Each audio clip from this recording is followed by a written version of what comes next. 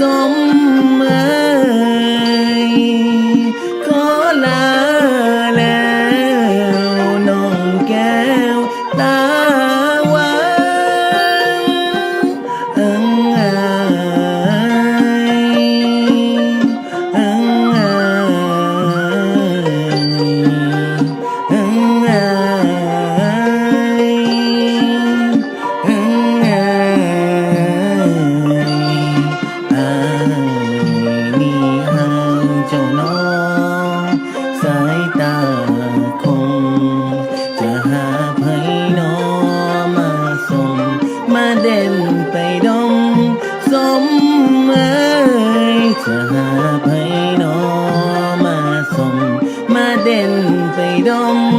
สมเอ่ยหอมกลิ่นเกสรเกสรดอกไม้หอมกลิ่นกายคล้ายเจ้าสู่ของเฮียมเอ่ยเสียงไก่ขันคางเสียงหวานเจื่อยแจ้